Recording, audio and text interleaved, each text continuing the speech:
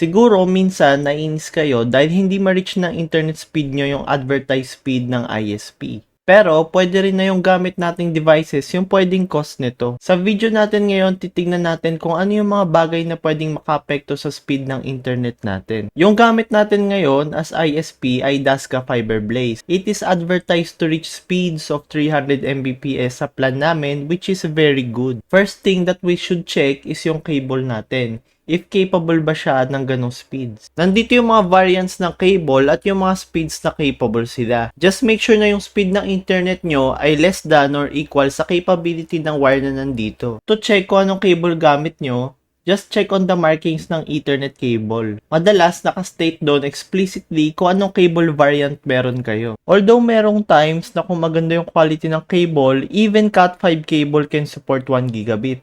But merong ilang restrictions. One example nito is yung haba ng cable. Another thing you should check is yung router or access point na meron ka. For example, this TP-Link RE215. Isa itong range extender and access point na gamit ko noon. And we can see na sa specs nito, it only supports up to 100 Mbps of speed sa Ethernet port nito, which again is lower than 300 Mbps na provided ng ISP. You can check by searching the device model number tapos specifications. Makikita nyo sa Ethernet port kung anong supported niyang speed. Kapag ganito, kailangan mo na siyang palitan ng device na nagsusupport ng mas mataas sa speed na meron ka. Lastly, pwede sa device na mismong gamit mo. For example, this Wi-Fi dongle.